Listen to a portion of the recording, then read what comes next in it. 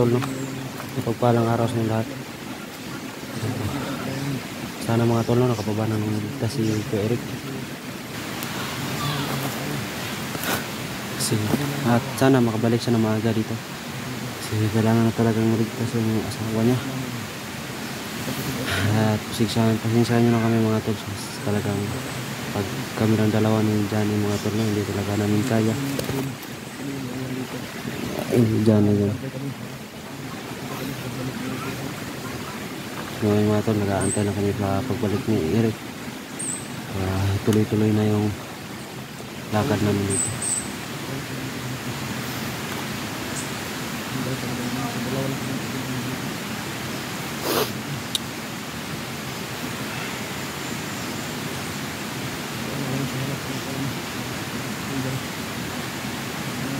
So gusto ko lang magpasalamat sa lahat mga tol, no?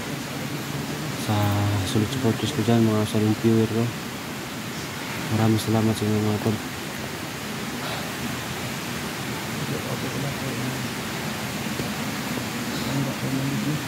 So dyan banda mga tol, dyan namin nakita yung damit dyan. At hindi pa kami sigurado mga tol, no, kung buhay pa ba yung asawa ni Kuya Eric mga tol. Ano nang ginawa niya. At hindi pa rin ako sigurado mga tol, no, kung nakababa ba ng ligtas yung kuya ko. At kung makikita to ni kuya mga tol, sana umakyat siya dito kasi hindi ko talaga siya makontak mga tol. Wala akong kontak sa kanya. Si Bel, anong oras na wala pa si dito natin si Eric? hindi.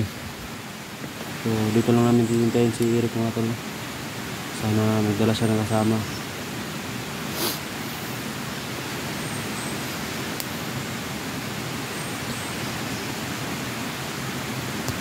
Ganda mga tol.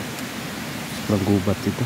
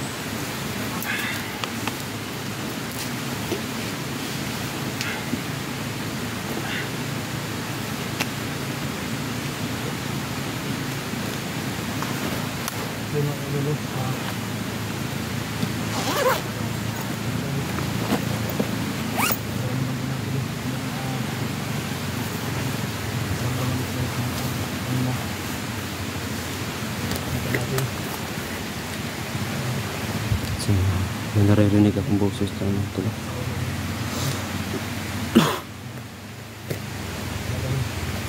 So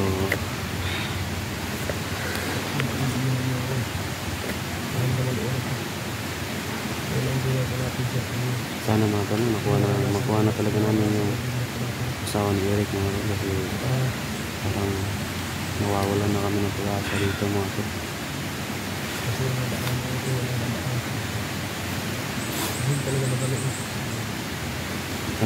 Alam niyo naman mga tol, hindi talaga madali.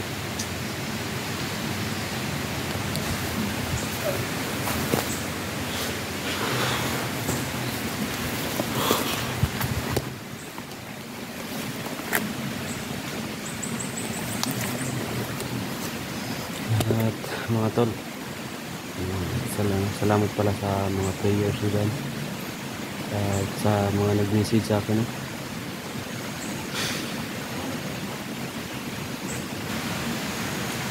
Susa na ka mga tol, medyo nawala na lang ako ng pag-asa, wala ng gana mga tol. Hindi ko na kasi alam mga tol kung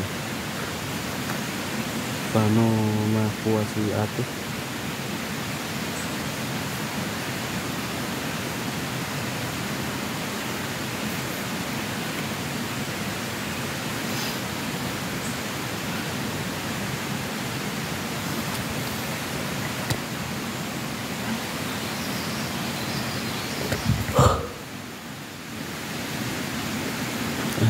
Ano nang damit si Johnny mga tol.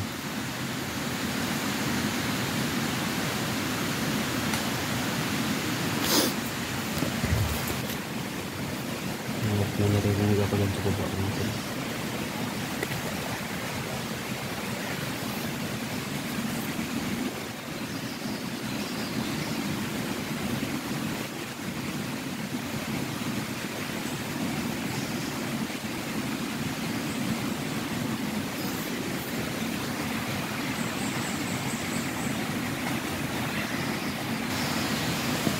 Diyan mga tol, medyo may naririnig akong ingay.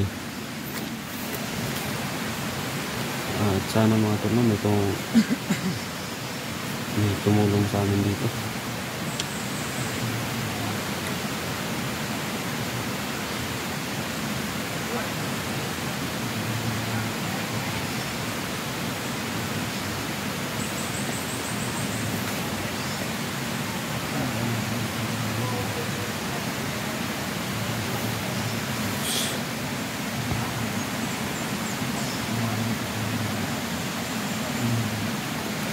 Yung mga tol, may naririnig kaming ingay. At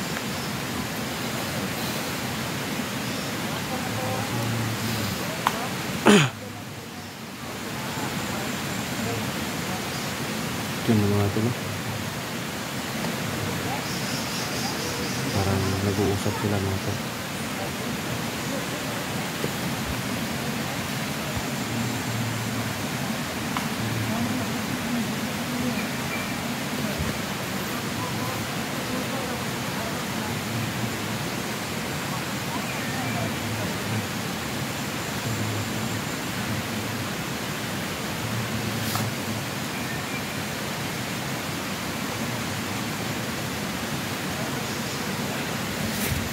Ayan.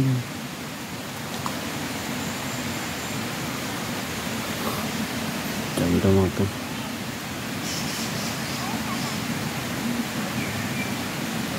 Ito may ingay dyan mga tol. Ganda. Hindi lang namin masyado makita mga tol kung anong meron dyan.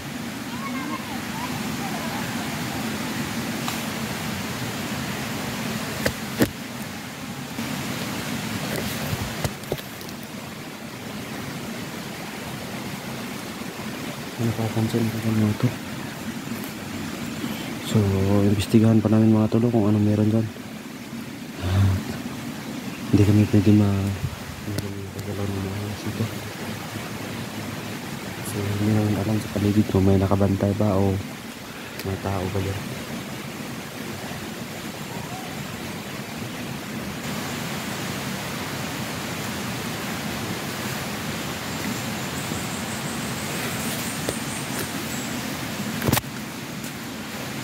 Ano gagawin dyan eh. Magmamasid na si Jana mga tol.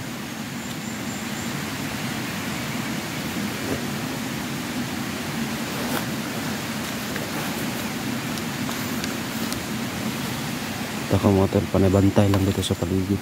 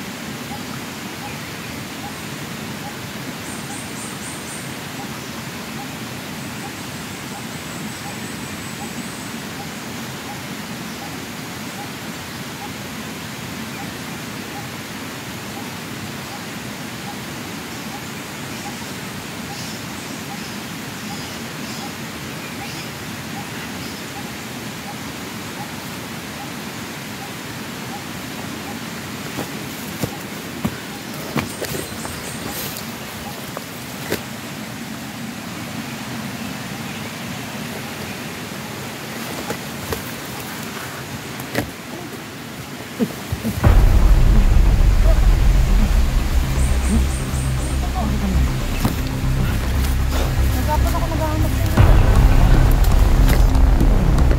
Sa ano, kabilang bundok meron ako na daanan na kata. At naman sila mata. Nakapagda rito na. Ano naman sila? Kasalubong yung si Eric. Si Boba sila kasi nakita naman kanila yung gamit ang asawa nila, di ba? Kaya napapag-desisyon siya na bumaba muna para ipaalam sa kanya mga kapatid ang asawa niya. Nag-iwan kami dito. Dito na lang yung natin. Salamat na ako makita ko kami. Akala ko mga bandido na. Nag-iingay kami na. Kasi naman kami dito. Pag-message kami namin kasi dito yung kasi na po. Ito yung pinausapan naman yung Eric na dito siya babalik, dito siya pupunta. Kaya yung inaantay namin. Sinampilya namin si Eric na ano yung nangyari. Nakita namin kanina, nabiguan yung gamit ang asawa niya. Kaya ito na lang na nakapunta ko ito na dito. Okay. Salamat kami po. Para ligtas tayo. Maraming salamat na tumulong ka no. Kaya ito na lang kami na para masolve itong problema namin ngayon. So, maraming salamat sa Eric. Ha? Lahat naman naman, makakilin ko yun.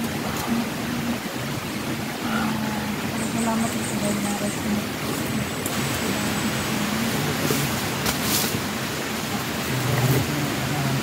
Dito na si Mitch natin. So,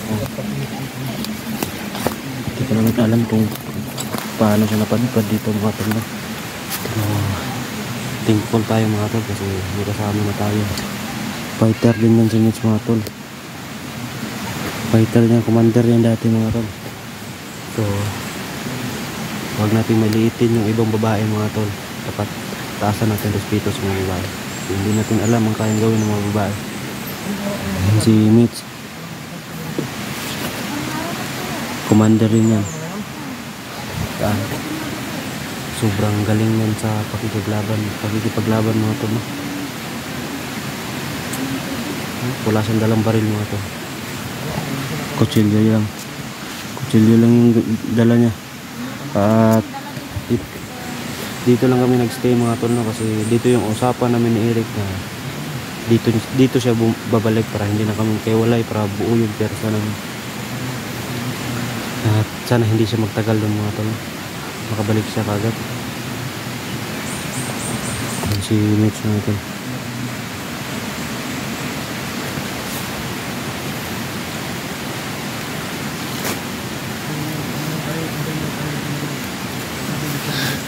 So antay lang kami ng ilang oras dito mga tol.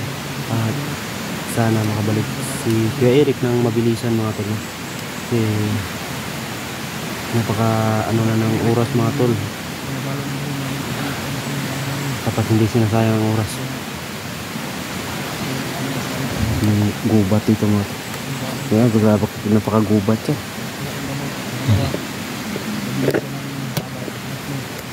At nagpapasalamat ako mga tol. Sana makadala si Kuya Eric ng bala, dagdag ng bala sa amin. So yun lang talaga yung problema namin mga tol pag naubusan kami ng bala. At ako, yun yung pinakaano na problema ko.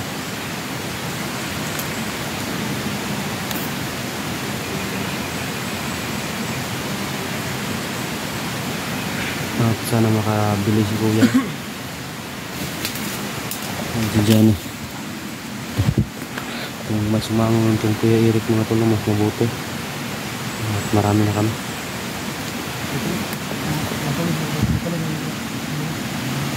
At salamat pala sa inyo mga tol, no, sa walang sawang pagsuporta sa akin mga tol. At sa lahat ng dasal nyo, maraming salamat sa inyo lahat mga tol.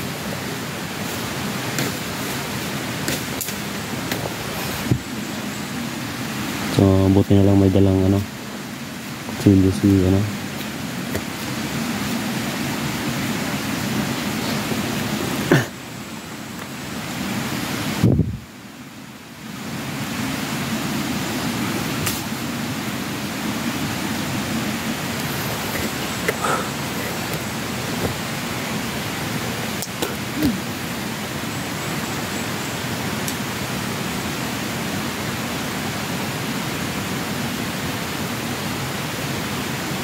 Sana ito na yung nangyayari dyan, no? Para mo nakita kung gumuho dyan. So atras mo na ako ito.